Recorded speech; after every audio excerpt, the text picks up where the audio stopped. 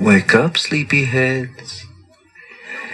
It's party time! Yeah! This is the old Nooster coming at you right here on this fine, fine Rocktober morning. It's the sweeping sensation that's sweeping the nation, and I'm gonna do it to you right here, right now. Wow!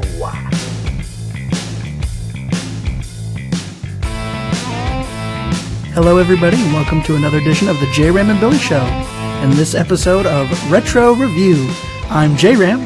And this is Billy. And tonight we're going to be reviewing a very special movie in my heart, which is... My heart, too. Which is Trick or Treat, the 1986 film featuring Gene Simmons and Ozzy Osbourne. Which, really, they just make, like, cameo appearances in this film. But... it's still the cover art for the DVD is very deceiving. Yeah, it makes you think that they're like the stars of the film, but they are not. This movie was... No one's the star in this movie, really. Well, Eddie Weinbauer is. That's the character. That's the main Nobody character. knows who the actors of this movie are. Not really, no. No, there's not really any big budget actors or anything in it, but we thought for the month of October, we're going to be doing all sorts of spooky things, so we thought we would do Trick or Treat, because it is... an 80s classic in horror films, and I don't think a lot of people really know about this film. No, I doubt it. I really don't know if a whole lot of people know about it, but it's really good, and we're going to jump into this plot. Yeah, I have proof that not a lot of people know about it. What? How? This budget for the movie was $3.5 million. Really? Just guess what it made box office. I don't know.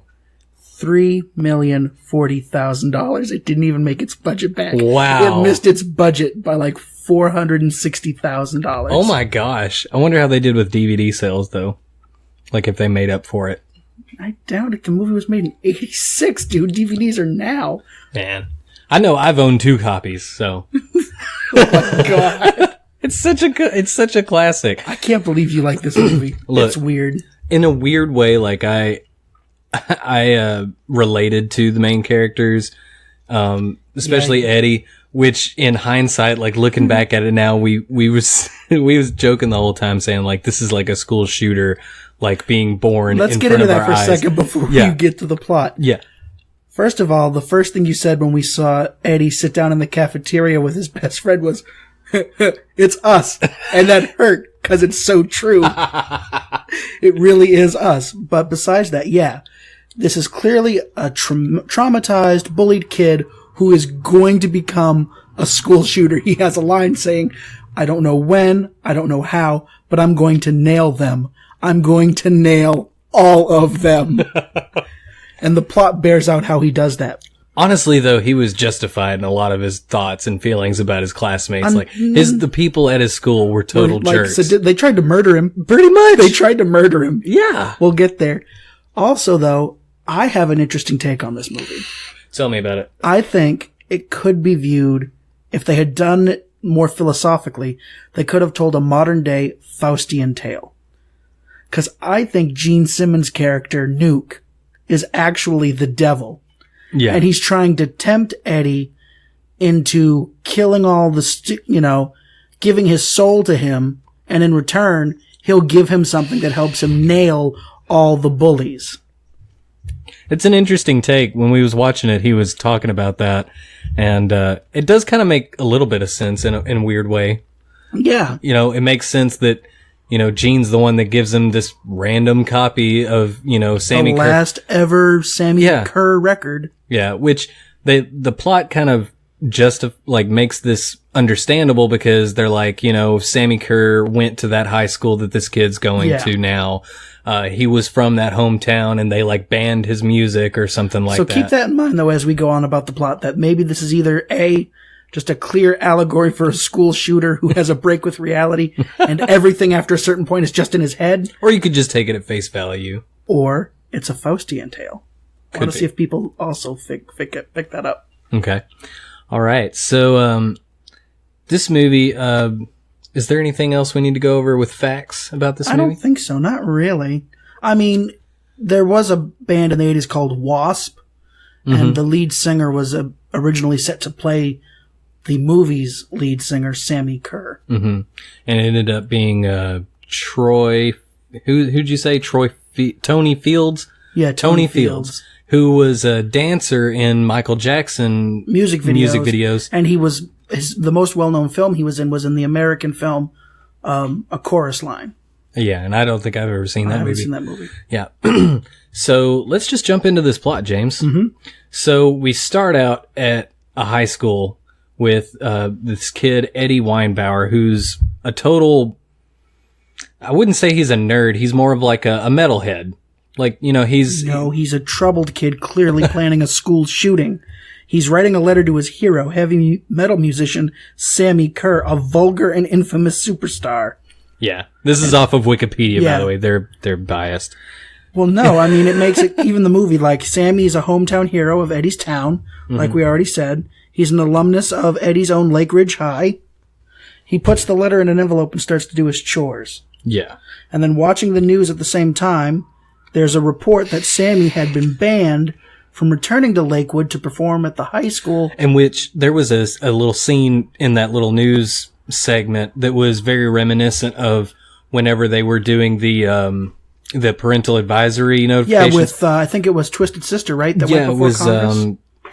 Dee Snider. Dee Snider from Twisted Sister and a few other, like, rock and roll musicians and, like, other musicians, like, spoke to Congress. It was very reminiscent of that. It was pretty much like a movie version of it, with Sammi Curr. Yeah, and then Sammi Curr was, like, saying you can't ban my music, like, it's freedom of expression. What did he say? You can't, not politicize, legislate morality. Yeah. Which I think that's a direct quote from... That might be. Yeah. And then he said, "We will bring you down. We will bring you down." I'm telling you, this kid is just a troubled kid who wants to be a school shooter. Yeah. So Sammy was going to play their dance, basically. Yeah, the Halloween dance. Yeah, but he was banned from playing at it. So Eddie's shocked to hear about this. And then right after that news segment, it's shown that Sammi Curr died later that same night in a hotel fire, in a mysterious hotel fire. Yeah, Eddie is, of course, completely devastated. Yeah, he's, pretty much this guy's like number one fan. He pretty much worships the ground that Sammy walks on. And then this song, I don't know if it's by Sammy or by another artist, of Tear It All Down, is playing on his stereo, and that's when he starts tearing down all the posters. I think that's probably by Fastway, which... The people who made the music for Sammi Curr's band in this film is called Fastway, and they wrote a lot of really good... Yeah, the soundtrack for this movie is amazing. Yeah, I like it. If you like, hair metal or like 80s glam rock, like Fastway is perfect. I was actually thinking, like, when we do our Halloween show at the Turtle this month, I'm gonna play some of that. You should. Yeah. It would be fun. I'd like to see that. Yeah. But they write really good stuff, and you can actually buy that soundtrack, and it's really awesome. Good music to listen to. So after he, recovers a little bit from hearing the news, he goes to see his friend Nuke, a.k.a. Satan. I'm telling you, man, it's really there. So he goes to see Nuke, who is a disc jockey at WLZP or ZLP. Like yeah, WZLP. And this is our cameo by Gene Simmons. Mm-hmm. Gene Simmons is the disc jockey. He's actually the one that you heard at the very beginning of this podcast who was doing the intro. That was Gene Simmons' line on from the radio. Mm-hmm. Yes. All right. And so he goes to his friend and he's devastated about, him dying and everything. And then Nuke basically goes on a spiel saying, like, he kind of lost touch with reality. He got an inflated ego and he believed his own hype because he could see that Eddie was a troubled kid who was clearly taking it all literally. Yeah. And he was worried what Eddie was fixing to do. Yeah. That's what I think it is. But of course you think that he was just deceiving Eddie. I mean, tempting him. Because here's the thing. So let's get to it. Nuke gives Eddie this one and only copy of Curr's last and as yet unreleased album, Songs in the Key of Death, which is a play on Songs in the Key of Life. I'm trying to think of the artist now. He's blind. He's African American. Are you talking about Stevie Wonder? Stevie Wonder. I was about to go very superstitious. Isn't she lovely? I can think of his songs. I can't think of his name. But yeah, Stevie Wonder. So he gives him this disc, and he goes, "Don't worry about it. I recorded it onto a tape, and I'm going to play it on air at midnight in tribute, since according to Nuke, that was Sammy's plan for the album's debut anyway." Yeah. And then we never see Nuke again. That is weird. He sets the ball in motion, and then he just kind of vanishes from the movie. I'm telling you, I think if they really had gone for it, they could have sold this as like a Faustian tale of like, do my bidding, sell your soul to me, and I will help you nail all the bullies. Well, they looked at making Gene Simmons Sammi Curr for the film, but he turned it down because he didn't like the script very much, but he agreed to do as a cameo for a DJ because, according to this Wikipedia article, it says that Simmons later said in an interview that he chose to play the role as a childhood hero of his Wolfman Jack, who was apparently a very famous radio DJ. Yeah, they even have a song, Clap for the Wolfman. That's really? That's all about Wolfman Jack. Oh, okay. His voice is in that song. He was popular in the 50s. He's a character in the movie American Graffiti. Yeah.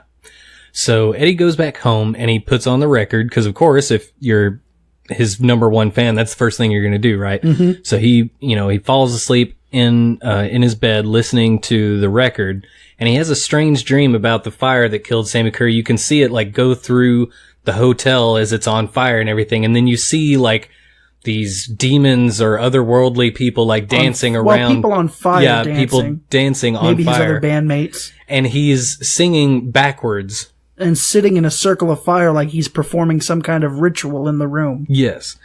And then when Eddie wakes up, he notices that the record is skipping and it's playing him backwards over and over. It was like the same line over and over that it was going. And so he starts turning the record backwards. He starts playing the record backwards, but he receives more than what he thought. Than he bargained for, yeah, because it turns out that Sammi Curr is speaking to him from beyond the grave. I put this as the moment where he has his break with reality. Everything that happens. You can't let go of this. I'm telling you, I think everything afterwards is all in his head to justify the violence he will commit against everyone else in this movie. I mean, they really set up this kid as a loner. It's so creepily pinpoint accurate to what school shooters turn out to be today. A loner, abused by those others in school. Yeah. Like, into, quote unquote satanic things. Like, it really sets him up as this kid who very well today would be automatically assumed to be that way. Well, yeah. I mean, and like, when I was a kid, I was very much like Eddie. I was very much like, not like a wannabe outcast. It's just that the type of stuff that I was in was not part of the normal, thing that kids were supposed to be into. And so a lot of kids thought weird things about me. They used to say, oh, do you worship the devil? Like, oh, you listen to metal music and blah, blah, blah, and all this. So like, I can understand, with Eddie and stuff, but I have to say I never got bullied the way that Eddie did because we're about to get to that. Yeah.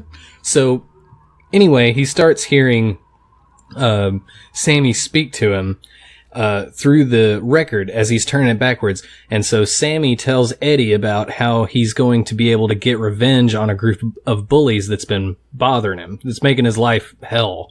Because Sammy was bullied in high school, and he wants to take revenge on Eddie's bullies because he never got to take revenge on his own. Yes.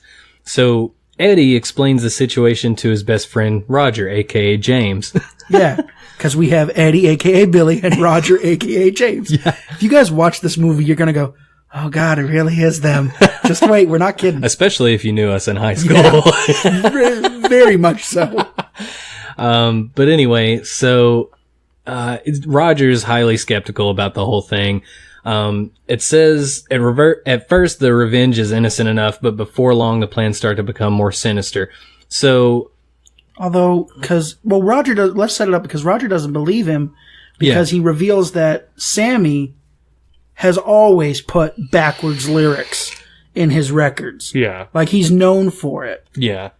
And of course, Roger thinks it's just a ploy to get people to ruin their records by playing them backwards, so they have to buy another copy. Which makes sense. Kind of does. He's very rational with his thinking, But yeah, let's get to these ways to get back to the bullies that turn to murder. Yeah, so he records the record onto a tape. I don't know, is this later on when he records it onto the tape? Let's start at the beginning. It starts off innocent enough because what happens is Eddie finally stands up for himself and he walks up to the main bully, Tim, and he dumps his lunch tray on him. Yes. And he leads Tim and his gang of like 3 or 4 guys on this chase. Yeah, through the school. They go through the band room. With they Eddie go just through barely all able the to stay hallways. ahead. At one point, he tips over a mop bucket, makes the floor slippery. One guy slips, goes out the door off the top of a staircase, off frame, and we never see him again. Victim number 1. He had to break something. He flew off the top of that staircase. He would have landed on a floor of concrete or something on his back. I'm just saying that kid did not end up okay. But anyway, he leads them on a chase, and eventually it looks as if he runs into a room, and they think that they got him, so they take a fire extinguisher off the wall. Which is filled with just water, not the foam. Yeah. And so, he busts open the door and he's like, "You're gonna pay for that, Eddie." And then he just sprays, but it's the teacher's lounge. Yeah, so he just sprays every teacher. Yeah. And so, the bully ends up going, and having to do like janitorial Duty for the day. Yeah. Because what we didn't say is what the bullies did to him right before this. Yeah. Eddie got invited to Yeah. pool party. Was that before this? I think it was, because they weren't trying to, they just wanted to kick him out of the party. That's right. But so he this was girl invited to a party by Leslie, a pool party at the school. Mm-hmm. Well, the bullies don't want him there. They pick on him because, okay, I'm not saying that bullies are right or that we should always like have bullies, but it is weird that Eddie showed up in his usual like rocker gear to a pool party. Yeah. Like, you think he would have dressed in a bathing suit and brought a towel. Like, even if he brought spare clothes, like, in his bag or something, that's one thing. But why show up fully dressed to a pool party? Yeah, it is kind of weird. But what they do is the bully ends up saying, like, get the hell out of here. What are you doing here? And he was like, "I'm here to meet somebody." But Leslie hadn't shown up yet. And so the bully ends up going and putting a weight in his backpack, zipping it up and throwing him in the pool. Pretty much tried to murder him. Because we hear him drowning in the movie, like, at different times. Leslie shows up, thank God, in the nick of time. Yeah, so she jumps in and saves him. She pulls him out and everything. And Eddie blames her, because Eddie thinks she set him up. Yeah. But she didn't. Her mom's car broke down, I think she said, or something like that. Yeah. And so the whole chase scene starts the next day whenever they're at lunch, and and she goes to try and talk to him, and he's like, "I don't need you. I don't need any of them." And then he throws the stuff in his face and starts that whole thing. But he goes back to his home, and he's got a cassette tape copy of that album that I was saying that he recorded from the record. We forgot one more thing. What? No, this happens right after he records it, right? Yes. All right, never mind. I'm sorry. Yeah. So, basically, I think this plot skips this part, but basically, he gives a cassette tape copy. Pure silver cassette tape. Mm-hmm. And he's got the whole record recorded on it. Tim. And he gives it to Tim as a peace offering after the whole incident where he got chased down. Wait, what about the workshop? That was before that. Yeah, because he has the I'm tape. getting these all mixed up. I'm sorry, folks. Well, this plot on Wikipedia doesn't talk about this. Yeah, it just kind of skips over the shenanigans. He does. Billy's right. He records it onto a cassette tape, which is instantly like all silver. I've never seen a cassette tape like it ever. Yeah. But he's listening to it. The tape tells him to go to 66 Crush, 66 Crush, 66 Crush, over and over again. So he goes to room 66 which is the shop class. Yeah, shop class room with all the tools and everything. And he starts listening to it at the desk. Tim and a flunky come in and they start bullying him. And then Sammy kind of makes things happen, and Tim's tie gets sucked into this machine thing. And his it's head got is like stuck basically this drill bit coming straight at his eye. Like, oh. And Eddie's just standing there by the power thing, and he lets it get real close to his eye before he's like, "Just shut the damn thing off," and he hits it right before it actually starts to go into him. Yeah. And so after that, he gives that tape to Tim as a peace offering. Yeah. So Tim goes on a date with his girlfriend, and they go parking, of course, because, this is the 80s, and that's what kids do. Yeah. Anyway, so he goes parking with his girl, and he ends up feeling sick or something. He's got to go take a piss. So he gets out of the car, and he goes off to take a piss, and then the girl sees this tape in there, and she puts on some headphones and sticks the tape in the cassette player. And then, And then apparently the music starts possessing her, and she starts to get horny. She starts to get naked. Yeah, so basically Sammy... Green fog hands start like rubbing her and like touching her and Yeah. taking her clothes off of her. And Yeah. So she ends up getting all hot and bothered and everything. She's pretty much nude at this point. And then you see her open her eyes and she's scared. because she starts to act like she's actually having intercourse. Yeah, it's like maybe she's getting oral or something. Anyway, so she opens her eyes and looks, and it's this evil looking demon creature. Thing, yeah. Yeah. Which was actually a prop that was made by Kevin Yeager, who provided the effects. He had provided effects for Freddy Krueger, Crypt Keeper, and HBO's Tales from the Crypt. Ooh. So it was kind of weird because it didn't really fit with the rest of the film. No, because it's just Sammy. Sammy never has like a demon form. Yeah, so except for that one time. Yeah, it's really weird. But And anyway, also, her it cuts to the ears... outside and the car's still like... Yeah, so she starts screaming and everything. The car is like shaking and it's filled with smoke and everything. And Tim comes rushing back to the car. He opens the door and sees her. It looks as if she's dead in the back seat. And her Because when earphones. he pulls the headphones off, it's just goop underneath it, melted her ears. Yeah, but she didn't die. He later says that she was in the hospital. It could have killed her because he went to Eddie's house. To just, not to even fight him or anything, just to be like, you stay the fuck away from me. Yeah. Like, what you gave, like, could have killed her. She's in the hospital. Yeah. And that's when Eddie is like, I don't want to actually murder these people.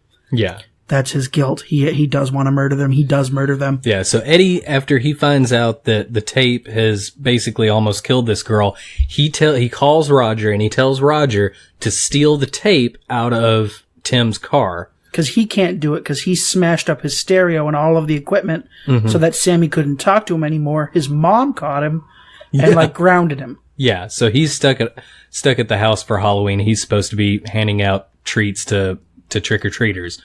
So he's stuck at the house, so he tells Roger to go take the tape, destroy it, and don't do anything with it. Well, Roger's curiosity gets the best of him, and he does go and get the tape, but he decides to play it. Look, man, if you asked me to go get this tape from some guy who was like a bully, I have to admit I'd be pretty damn curious as to what's on the tape. And even he was like, well, what's so special about the tape? And he said, it was just spectacularly awesome and unbelievable. And so, of course, well, thanks for making it worse now. Like, now I've got to know what's on this stupid tape. But anyway, so Roger starts playing the tape and Sammi Curr comes out of the speakers to talk to Roger. And he turns on the TV and flips through some channels, and we see a preacher talking about... That was actually earlier and we didn't mention it.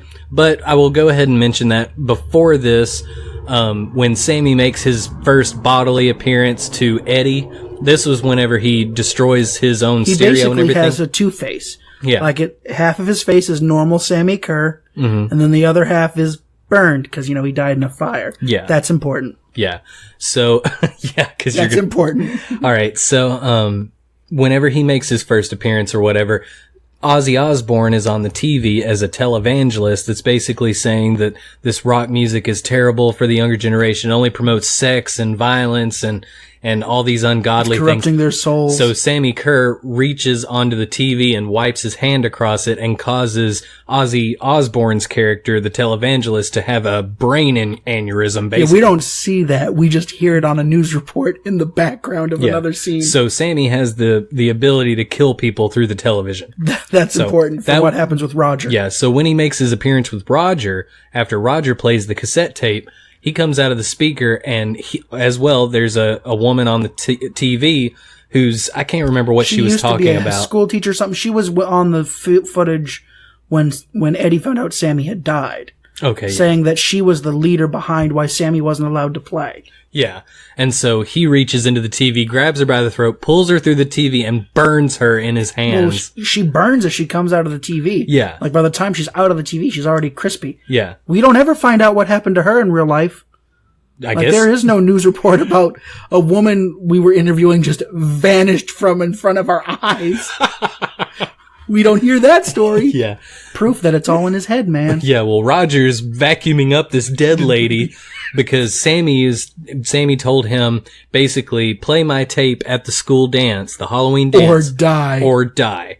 And so he's vacuuming up this dead person. He's going to the Halloween dance to play Sammy's album so that Sammy can nail them all. Yeah. That's basically, so it's, So Eddie, you know, can handle it all. this movie incorporates a lot of different stuff. Like we had the props. It kind of made me think of like, The Thing or like, Yeah. you know, Tales of the We have Crypt. cars that drive themselves and catch on fire like Christine. Mm-hmm. We have Poltergeist references Yeah. So this movie is like a mismatch of like the 80s. of like all 80s horror films. It's really good though. I like highly recommend that people go out and watch It's a good guilty watch, I think. I can't say it's a fun. good movie. It's pretty good. It's a fun movie. No, man. It's a good movie, but it's not like...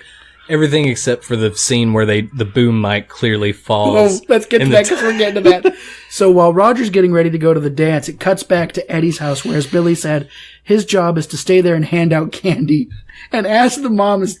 Well, what first happens is the doorbell goes, he opens the door, and there's a skinny as a toothpick guy standing at the door. I mean, skinny guy, okay? With 2 bandoliers of bullets and a fake machine gun and a headband because he's supposed to be Rambo. The most illogical costume for that man's body type I have ever seen. And his mom comes and goes, "Oh, what a hunk." And it's like, oh my God, thank goodness you're only in this movie like a couple of times. Get out of here. Because as she's leaving to go with Stan, I think his name is, and she's telling Eddie to just hand out candy. Yeah, an orange-tipped boom mic clearly dips into the scene and then dips out.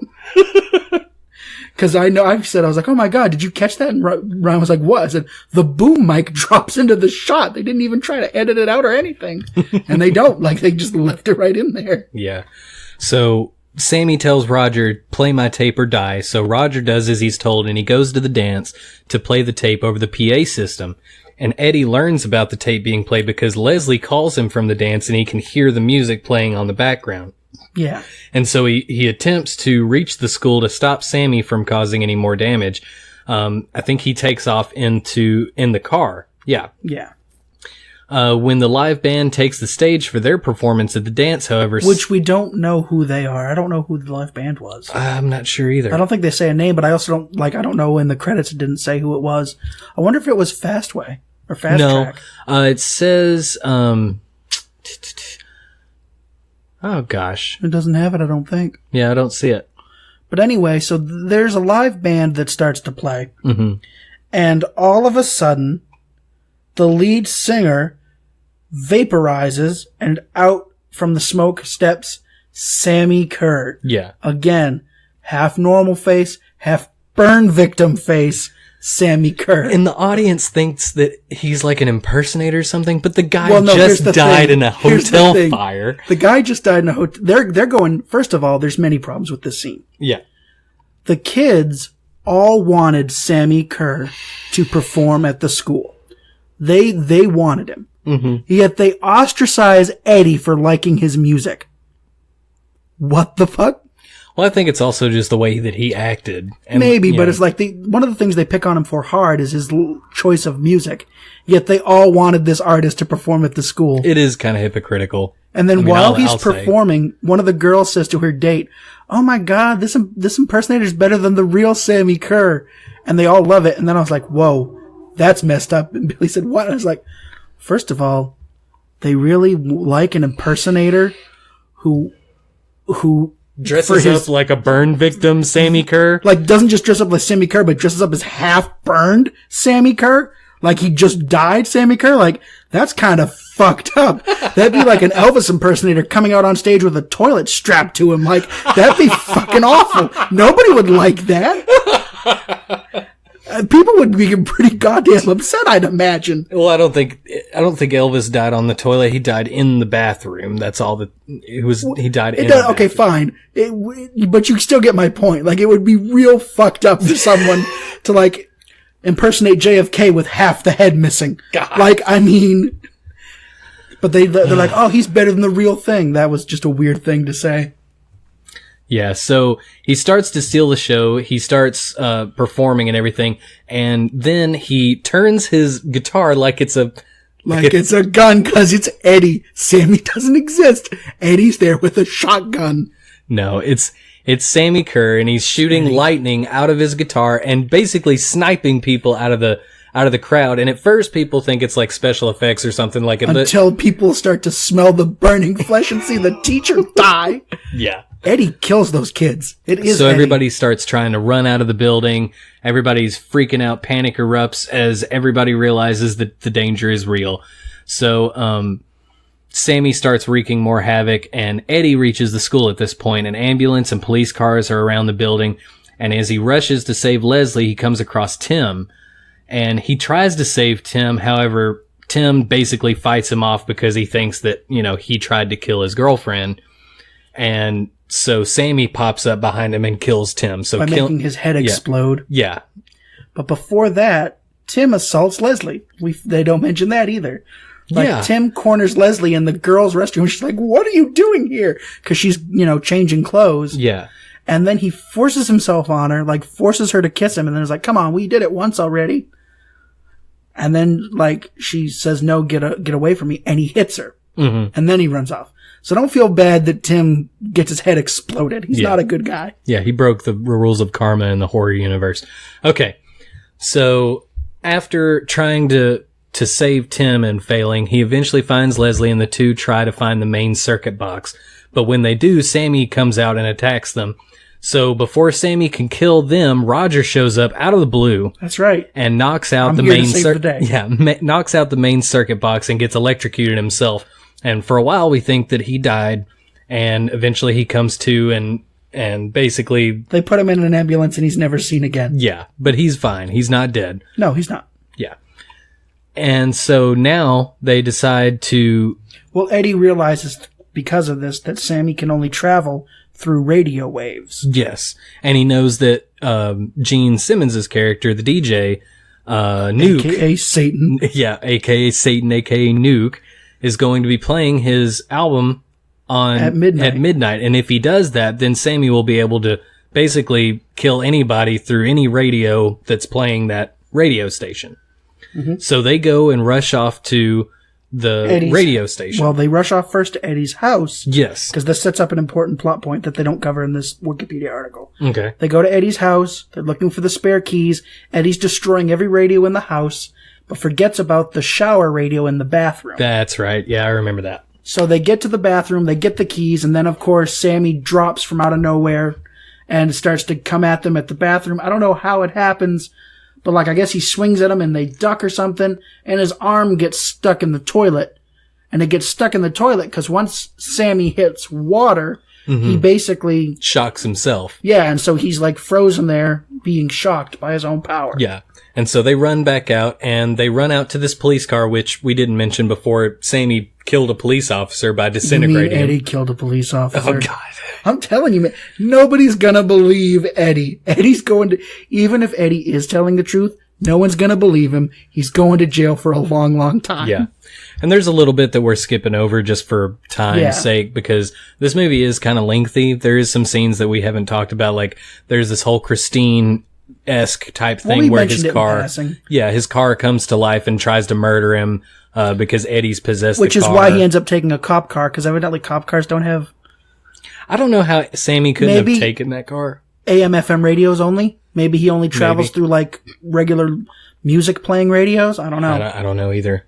But anyway, he takes the police car, they get to the radio station, and again, there's no one there. The radio station is empty except for the clothing of a guard that was sitting there that's dead. Yeah, so Nuke isn't there. Yeah, again, after giving him the record, Nuke is never seen again. Yeah, but they go over and they look into the room where the radio is playing and everything. And it's where we get our Poltergeist reference. Yeah, it's very poltergeisty, where there's things floating around and there's lightning and it's just kind of crazy. Clearly protecting the tape that's playing, though. Yes, and so he knows that he has to distract Sammi so that Leslie can destroy the tapes in the building, but he's got to get Sammi out. So he gets this portable radio, throws it in the back seat of the police car, and takes off.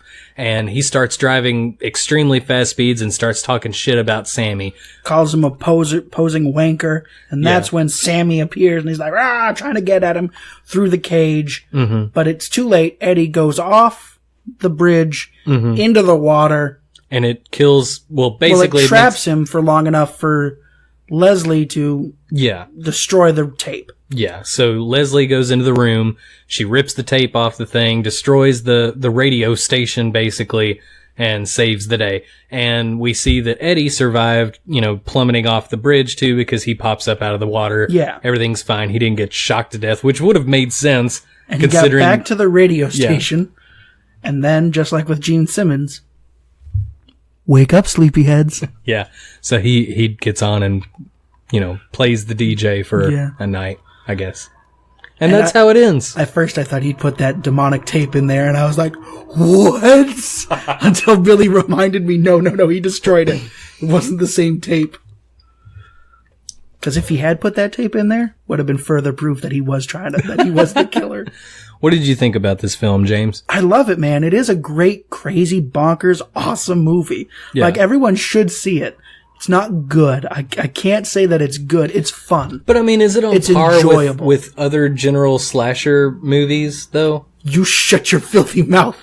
Those are pieces of gold. Well, I'm not talking about Friday the 13th, James. Maybe 9 or... Ryan, 8 especially. It's a piece of garbage. This is better than 8. It's as bad, but it's a fun bad. Yeah, it's got a lot of really cool elements in it.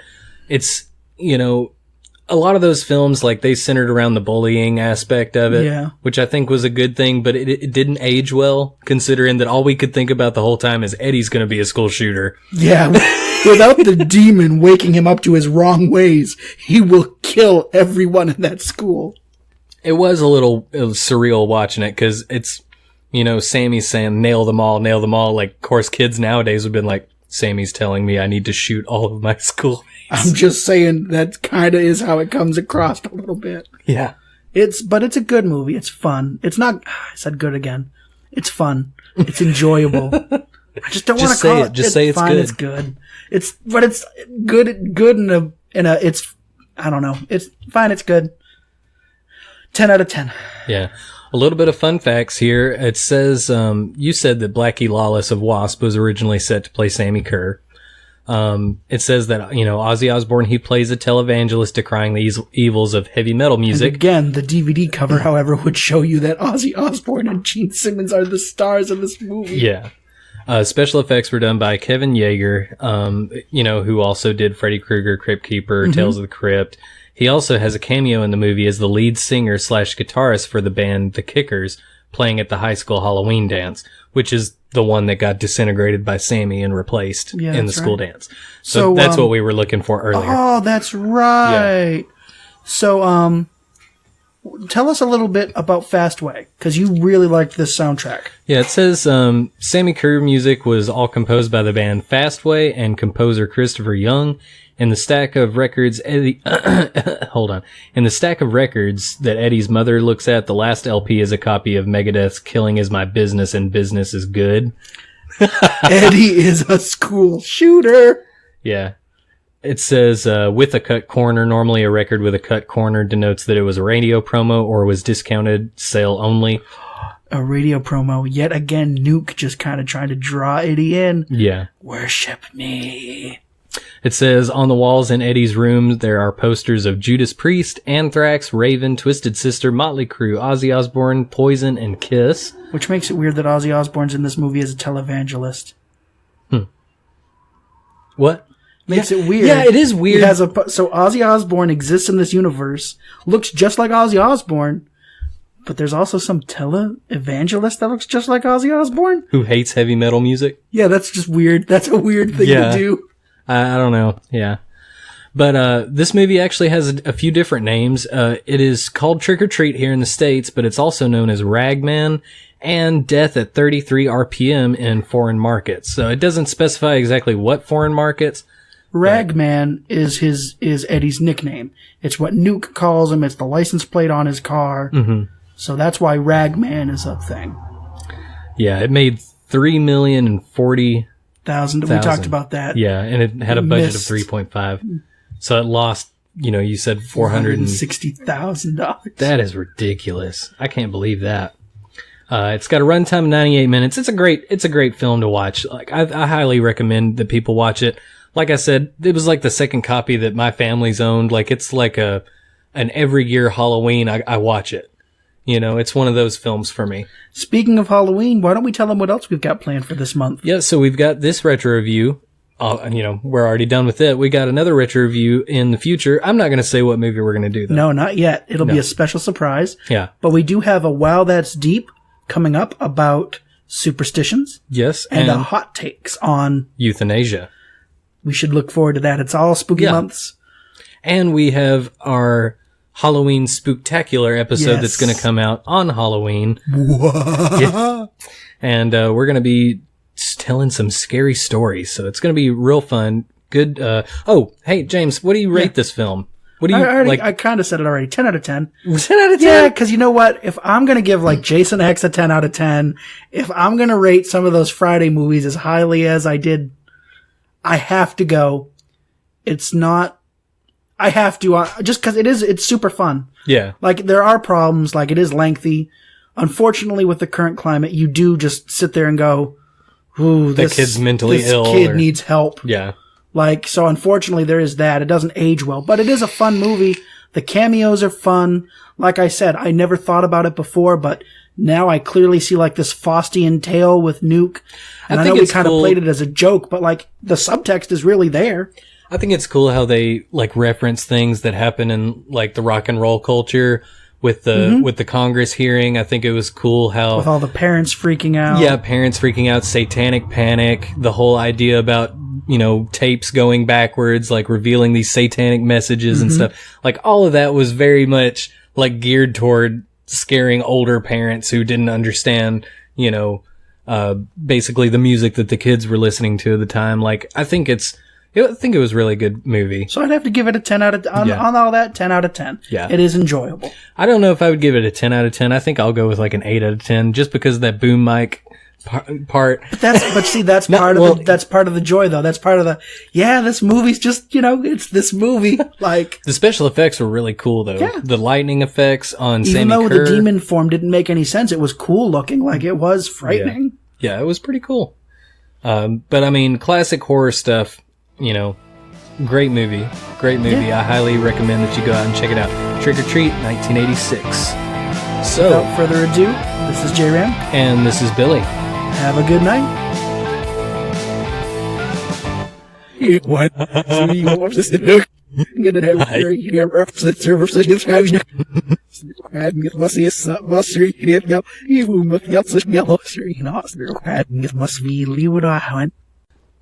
So if you've listened this far and enjoyed that little special treat, you'll have to figure out what we said. Comment. I don't know. What do you think? Nail them all. Nail them all is perfect. That shouldn't raise any red flags on Facebook whatsoever. Nail them all. That's the password this week. Y'all have a great night.